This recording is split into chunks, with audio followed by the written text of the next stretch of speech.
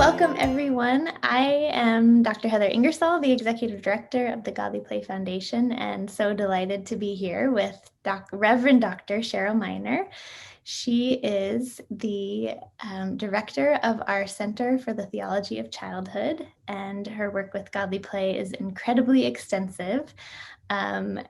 So extensive that we can't cover it all in this one interview. So today we are mainly going to talk about the revised and expanded version of the Volume 6 curriculum that we have coming out this week. And Cheryl's going to share a bit about what that experience was like. And so welcome, Cheryl. I'm so delighted to talk to you, as I always am. So Cheryl, if we had the joy of sitting together in a coffee shop having this conversation, what would your drink of choice be? Yeah, so this time of day, I would probably have a chai latte. It's my favorite this time of day, or maybe a cup of green tea. Yeah. But, yeah, I do coffee in the morning, but then I'm done. That's nice. Yeah, lovely. Well, I'd love for you to start sharing a bit about your work with Godly Play, when it started and how it started. Absolutely. So when I was first ordained, I discovered Godly Play. And when my daughter was about 2 years old, I got to go to my first Godly Play workshop. I flew to Houston, Texas, to a liturgical action workshop with Jerome Berryman, and his wife Thea came and did a segment of it for us as well. So that was my first introduction to Godly Play. Wow. Yeah. And then I became a trainer in 2000, and then I've been working for the foundation in this role since I'm not sure. I won't get the date right, so I won't say, but for a few years now, yes. And a big part of your work has been writing curriculum. So yeah, with Jerome, of course, and revising, expanding, writing new stories. So as we get ready to publish and put out our Volume 6, I'd love to know more about what that developing and writing process looks like. So if you can share with us just in general what that process is. Yeah, so Volume 6 started probably back in 2003. And I took a sabbatical from my work here, about a 6-month sabbatical. And one of my projects was to push forward Volume 6. And so that was the very first book that I worked with Jerome Berryman on. And it came because people were hungry for some more stories, so that as children grew fluent in the core lessons, they could go deeper with the lessons and learn more about some of these figures in detail. So he began to work on it, and we published it in 2006, I believe. But unlike the core lessons, it didn't have a chance to go through the sort of marination period that his core lessons did. I was telling you last week, Heather, that in the beginning, I would go to workshops and we'd get a 3-ring binder, with just Xeroxed copies of the lessons. And then the next time I would go, we get a new binder with revised lessons. And so it went for many years until they were published. So Volume 6 didn't have the binder phase. It just got published. And so it was really a first draft of those lessons. And we used those lessons with joy, of course, for, I don't know, I think it was about 12 years. And then we sat down to revise them. So we started that process in 2018. And it just begins with me getting them into a format where we can start playing with them and working them. So basically retyping the lessons into Word, which is a lengthy process. And I had help from my colleague, Rosemary Beals, who is an Episcopal priest who was at the time working as a chaplain in an Episcopal school in Northern Virginia. So Rosemary and I worked on getting the lessons ready together. And then we would go to Denver and sit with Jerome, and he would go through them. We had, files of emails people had given us over the years and notes in our own copies of the volume that we had made from our experience using them. And all of that went into play as we began the process of revising them. So that was it takes a long time. I think I went back 3 times to Denver as we worked on them. And I would go home and then clean them up and make sure, the list here match the list here and all of that crazy editing work that you have to do. And then I'd bring them back to him and we'd start going through them again. And eventually we got them to a place where we were ready to send them out to be tested.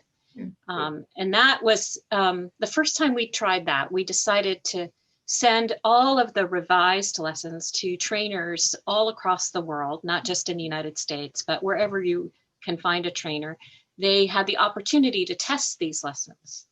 And several of them did for us, which was a great blessing to the process, because then they sent us their notes from doing them with children.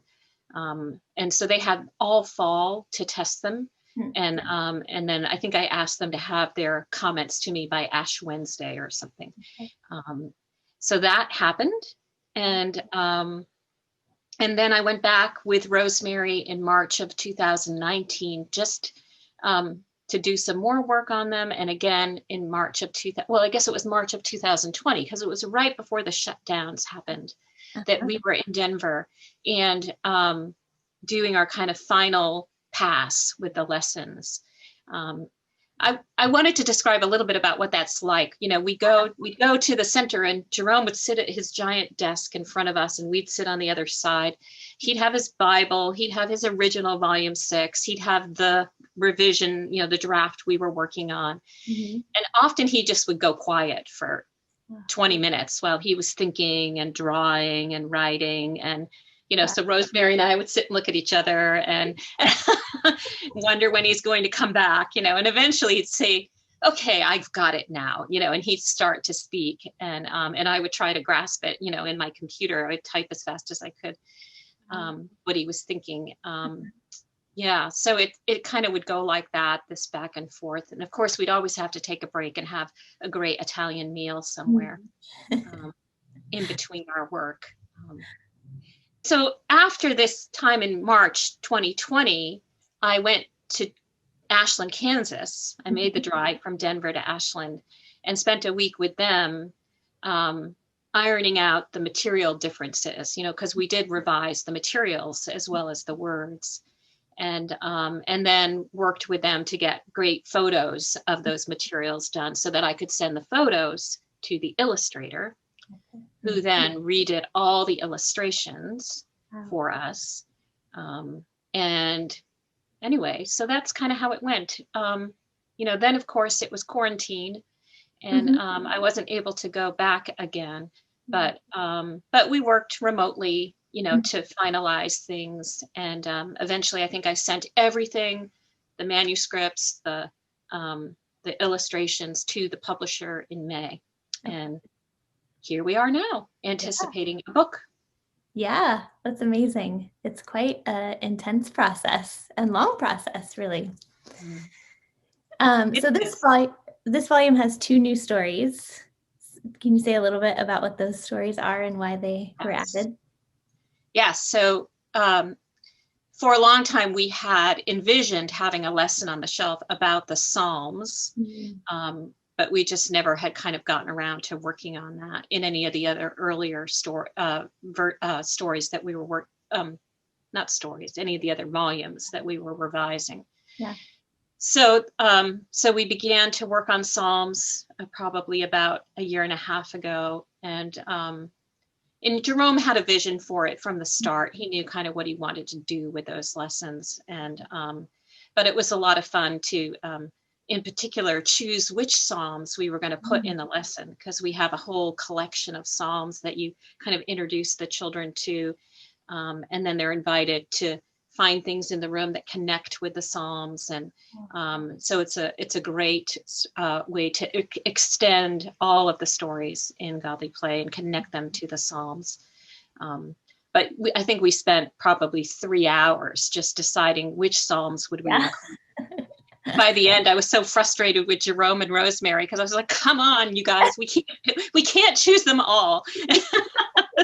So anyway, but that was fun, and the second lesson, which is about Queen Esther, Mm. is one that we knew a lot of people had been playing with that narrative, Mhm. and that there were godly play like lessons out there. And it's a great story. And we thought, well, let's see if we can tell it. And I really love how that story came out. It really focuses on Esther.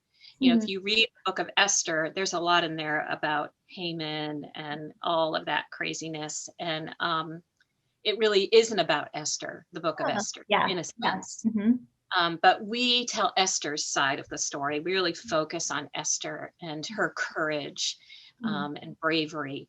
And I just love that part of the story. Yeah. Oh, I'm excited to see those new Yeah. lessons. Do you have a favorite story from this volume, Yeah, personally? I've been thinking about that Yeah. question. I've always loved the prophets, how Mm. they came out, and especially the prophet Isaiah. I just love that lesson. When you start that lesson, you unroll the underlay all the way. Unlike the other lessons where you just unroll it a little bit and start adding an object. But this one, you unroll it all the way, and midway through, there are these stitches that we've put in the underlay to signify that there were three Isaiahs, or at least three. We don't know exactly how many, and that someone stitched them together. So we have this one book called the book of the prophet Isaiah. I love that. I don't know why. It's just a nice thing to do as you begin the lesson. Mhm. Such So, a and the lesson ends so beautifully when you talk about the vision of a new creation, a new world, and you go and get the creation lesson off the shelf, and from the first core lesson on the shelf, and you bring it and put it at the end of the lesson. A new world that will never end is what you Mhm. say. So Yeah. it's beautiful. Yeah. Wow. Well, thank you, Cheryl. Do you have anything to add about this volume or about the process? Oh, just to highlight that we do have parent pages coming Mhm. out with this volume as well. We've never had them for this group of lessons, so we made the decision to develop those alongside the revision, and so take advantage of those as you begin to use these lessons with your children, so that their families know what's happening. Yeah, great. Well, Cheryl, thank you so much for your work on this and so many other things. I am really excited I haven't had a chance to look at the stories or read them, so I'm really excited, and I'm excited for our community to um, embrace Volume 6 in this new and expanded way. Well, and I want to make sure to thank Rosemary Yeah. Beals and Jerome, of course. I mean, Mhm. he's the creativity behind all of this, and all of those trainers who tested them and wrote to us afterwards, because that was an incredibly important part of the process. Yeah, yeah. It's amazing to have that you have such a in-depth process for creating these stories and so many people involved. Yeah. Yeah. Well, and we're so privileged to have Jerome still willing Mhm. and full of creativity at this point, and that he wants to be a part of this, and hopefully he'll help us edit 7 and 8. So, Yeah. Are those what's next in the works? I think we're going to do 8 next, because it's used more than 7, but we want to do both. Yeah. Yeah. Great. Well, thank you again, Cheryl. It was Oh, you're wonderful to welcome. My talk to pleasure. you. Yeah. And we'll see you soon. Okay, see ya.